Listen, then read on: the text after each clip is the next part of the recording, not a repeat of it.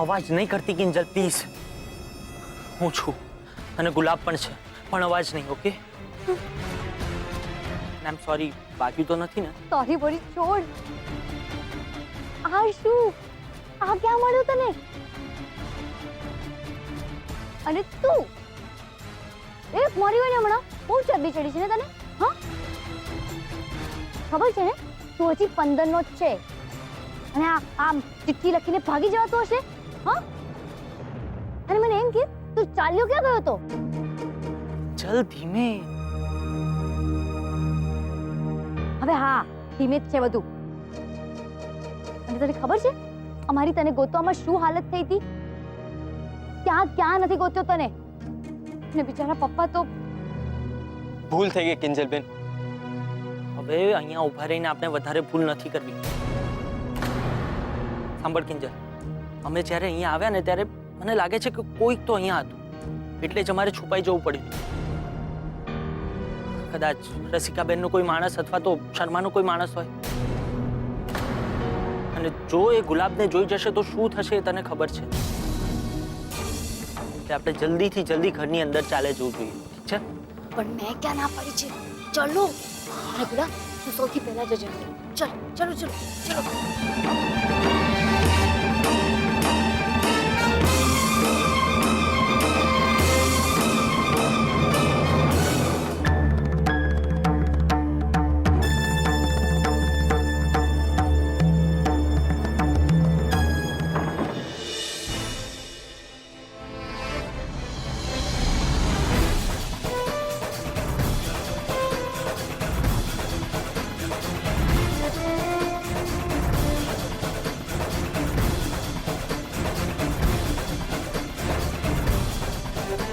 પપ્પા, તમે થાકી જશો. થોડી વાર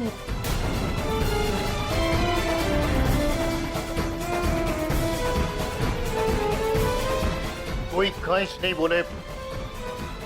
એક શબ્દ સાંભળવો નથી મારે તમારો. આ ઘર છે, ઘર. ધર્મશાળા નથી કે મન ફાવે ત્યારે આવો ને મન ફાવે ત્યારે જતા રહો ચિઠ્ઠી લખીને. પણ પપ્પા મારી વાત તો. કોઈની વાત સાંભળવાનો નથી હું. રહો ભૂખ્યા તરસ્યા. રખડો રસ્તે. અહીંયા કોને પડી છે? કોઈને નહીં. હું તો 56 ભોગના પકવાન ખાઈને આવ્યો છું ને. રાતની સરસ મજાની નિંદર લીધી છે મેં. અહીંયા કોઈને કોઈની પડી નથી. અરે હું શું કામ પેટમાં બાળું તારું? આવા આલિયા માલિયા માણસ નું. સાહેબ મારી વાત તો. કોણ સાહેબ?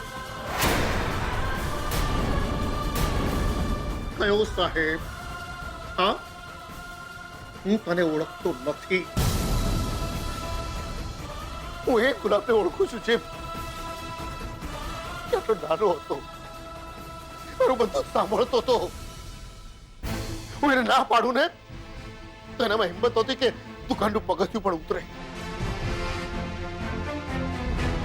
અરે કોઈ કામસર મારે બહાર જવાનું હોય ને, અરે જેને ભૂખ લાગે તો દુકાનમાંથી અન્નનો દાણો લઈને પોતાના મોઢામાં નહોતો મૂકતો. તું એક ગુલાબને ઓળખું છું. તું છે કોણ? હા, અરે બહુ રૂપિયો લાગે છે તું. જા ભાઈ જા. આ ઘરમાં તારા માટે કોઈ જગ્યા નથી. સાહેબ, સાહેબ મને માફ કરજો સાહેબ. સાહેબ હવે આવી ભૂલ નહીં થાય. સાહેબ, સાહેબ પ્લીઝ તમે બેસી જાઓ.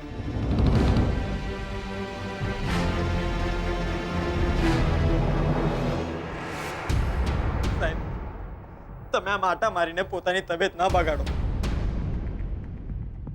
જો તમે નહીં બેસો ને તો હું પાછો ભાગી જઈશ. ભાગી જઈશ? ભાગીને બતાવ મને. અરે એક ડગલું આગળ તો વધ. પછી જો તારો ગાલ છે ને મારો હાથ.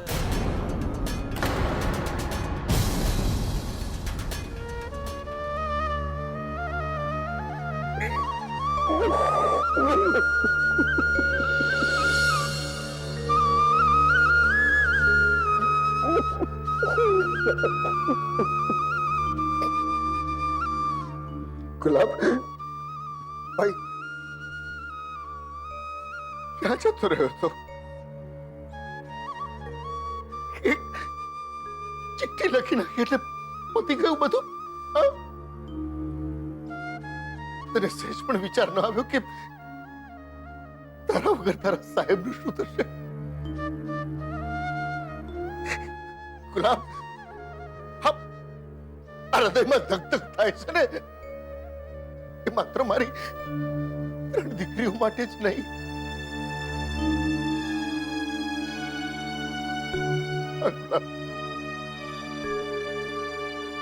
જાણું છું સાહેબ, પણ હું શું કરું? પેલો શર્મા તમારા વિશે કેવું કેવું કહેતો હતો. તમે શું મને મજૂર તરીકે રાખ્યો તો? હા સાહેબ, તમે મને સાચવી લીધો તો. નહીતર કોને ખબર કઈ ગલીના કઈ ગટરમાં જીવતો હોત, કાં તો કચરો વીણતો હોત, નહીતર ખિસ્સા કાપતો હોત. પણ પેલો શર્મા એ તો આ સમજવા તૈયાર જ નહોતો. એ તો ખાલી તમને ખરાબ સાબિત કરવા માંગતો હતો અને તમને જેલમાં નાખવા માંગતો હતો. એ તમે જ કહો ને, હું જ મારા સાહેબને જેલમાં મોકલવાનું કારણ બનું? ના, એટલે ભાગી છૂટ્યો. તમને ત્રાસ તો ઓછો ને? લ્યો બોલો, છે ને સા ઉલટી ખોપડી? અરે ગાંડા, તારા આમ ભાગી જવાથી તો મુસીબત વધુ બગડી ગઈ હતી. થોડી રસિકા છે ને, એ આમ જોઈ લઈશ એવી ધમકી આપીને ગઈ હતી. અને પપ્પા અને કિંજલે પોલીસ સ્ટેશન જવું પડ્યું હતું. મને માફ કરી દો સાહેબ. મને તો એમ કે જો હું ભાગી જઈશ ને તો આ વાર્તા પતી જશે. પણ હવે તમે ચિંતા ના કરો, હું આવી ગયો છું ને. હવે પેલો શર્મા તમને કાંઈ નહીં કરી શકે.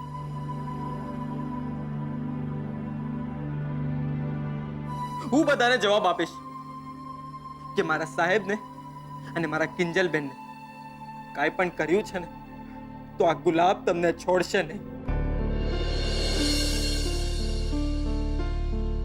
ઓય બસ હા બસ, આ જરા વધુ પડતી ચેલેન્જ ના થઈ ગઈ? બાકી તું આમ સોરી કહેવા માટે 100 અટક બેઠક કરીશ ને તો કઈ વાંધો નથી. જરાય નહીં. મારો ગુલાબ એક પણ ઉઠક બેઠક નહીં કરે. લ્યો બોલો, મને તો એમ કે અહીંયા ફટાકડા ફૂટશે. પપ્પા કિંજલની જેમ જ ગુલાબને પણ મારે તારું મોઢું નથી જોવું. ગેટ આઉટ એમ કહી દેશ. અને ગુલાબ પેન અને પેપર લઈને લખશે. છે ને સાહેબ મારા જાદુગર? પણ અહીંયા તો બધું ફૂસ થઈ ગયું. તે જે થયું ને તે સારું જ થયું છે. બાકી ગુલાબ, તું આટલા દિવસ ક્યાં હતો? અને નીરવ અને તું કેવી રીતે મળ્યા? એમાં એવું થયું ને કે જ્યારથી મને ખબર પડી કે ગુલાબ જતો રહ્યો છે ત્યારથી જ મેં અમારા બધા જ કોન્ટેક્ટ કામે લગાડી દીધા.